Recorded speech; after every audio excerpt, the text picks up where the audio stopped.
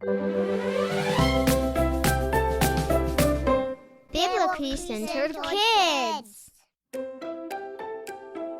Hello and happy Sunday to everyone. Today is August 18th, 2024. My name is Mr. Johnny and I'm super happy to be here with you today. Thank you so much for listening to this episode, and today we're doing a draw along. But first we got a national holiday, okay? Do you hear that? Yes, that subtle sizzle getting louder and louder and louder. And suddenly the realization hits you.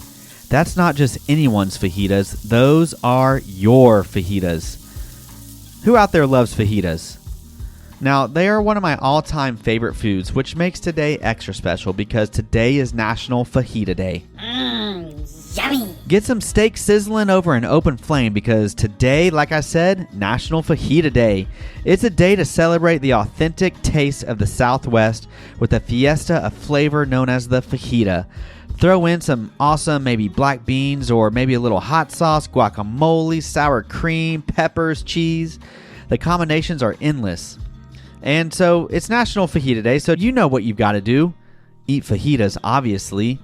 The concept of fajitas began to make the rounds in the early 1930s when Mexican vaqueros in Texas developed the fajita from throwaway cuts of beef, which was part of their payment for their job. Because of this, the workers learned to use the tough cuts the best they could, especially the flavorsome skirt steak. They cooked the steak over an open fire or grill and were typically served with flour tortillas or corn tortillas, pico de gallo, guacamole, and some other spices. Soon the cheap, efficient meal meant as a quick fix for workers was becoming a staple in the area, finding its way into new mouths and bellies. So I suggest sometime soon you get yourself some fajitas. Here's how I build my perfect fajita. First, homemade tortilla. And if you don't want to do a homemade one, then a lot of grocery stores actually have raw tortillas you can buy and then heat up on a skillet, and they're pretty great. Then a nice layer of sour cream, then a couple spoonfuls of queso, that's right, and then some fresh grilled or seared chicken breast cut into thin strips, and then some sauteed peppers and onions, a little bit of salsa, maybe, just for a little bit of that heat, some hand shredded cheese, and you got yourself the perfect and simple, delicious Tex-Mex delicacy. All right, today's our Sunday draw along. And so for today's draw along, we're celebrating all things wisdom. So we're going to be drawing a big Bible open right down the middle with a big tree growing out of it with lots of fun colors and designs popping off the pages. So get your paper, your pens, your pencils, your markers, your crayons, your colored pencils, and anything else you need. And I'm going to give you about 30 seconds to get your supplies, and then I'll meet you right back here.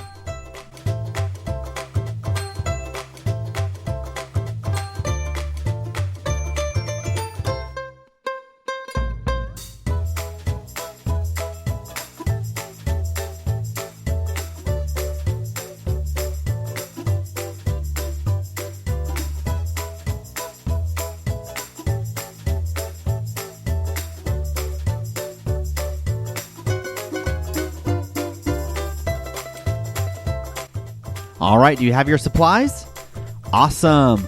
We're going to do our drawing on our paper horizontally, so it's on its side, meaning the short sides of your paper are on the left and right, and the long sides of your page is on the top and bottom. All right, are you ready? So we're going to be drawing first an open Bible, okay? And if you can imagine, if you have a Bible and you open it right down the middle, and if you're looking at it straight on, not from the top, but just straight on, so you can see the binding underneath, like the covers of the Bible, and then the pages turned open just right in the middle. That's what we're going to draw. So first, towards the bottom of my page, I'm going to draw the base of the Bible, which is basically just a straight line that goes across, but right in the middle, it'll dip down just a little bit to kind of make for that binding in the Bible. So go ahead and draw that now.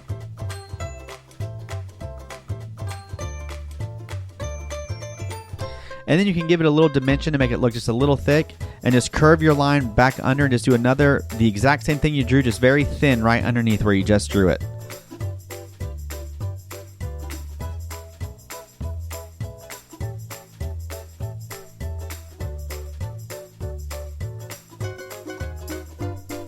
All right, now we're going to draw kind of like the open pages. So right in the middle, you're going to put a little line right in the middle of that line, the lines you just drew where it kind of dips down in the middle.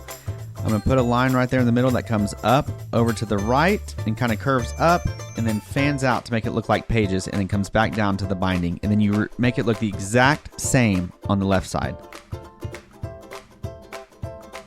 So then it looks like open pages. And then you can kind of just draw a few lines in there just to kind of make it look like there's pages.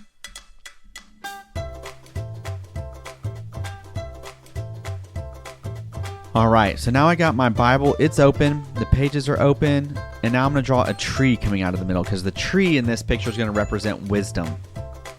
So for a tree, I'm just going to draw the trunk, which is pretty basic. The left coming up, the right coming up. And then you can just draw kind of like, almost how you would draw like cotton or a cloud just at the top of the tree. Just kind of little bumps all around to represent the leaves and the branches. All right, so we got our tree coming out.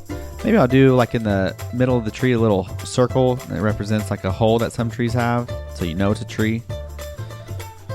But this is vibrant. I mean, this is wisdom coming out of the Bible. So I'm going to draw some other just kind of fun things. Maybe we can draw some stars, some hearts coming off all on the edge. Just give it something for you to color in and make super colorful and pretty.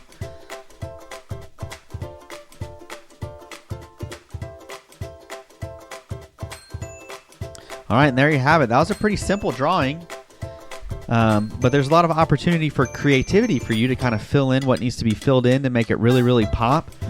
You know, you want to get your colors, your best colors you got, and really make it pop. Really make that tree vibrant. Really fill in the stars and the hearts and anything else you drew. Maybe some lightning, just to really make it pop. And how do you think your drawing's coming along? Have you finished it yet? If you need more time, feel free to take as much time as you need. And once you're all done and it looks super awesome, like I said, you got to color it, really make it pop. And then when it's done, why don't you go ahead and keep it in a safe spot so you can always be reminded about how anytime we're lacking wisdom, we can turn to God through both prayer and His Word. And I hope you have a great rest of your Sunday, and thank you so much for listening to us today. We have a brand new batch of episodes starting tomorrow, moving on to Virtue H, which is a really fun one. So we're super excited to start a brand new week with you guys tomorrow, and we'll see you then. Until next time.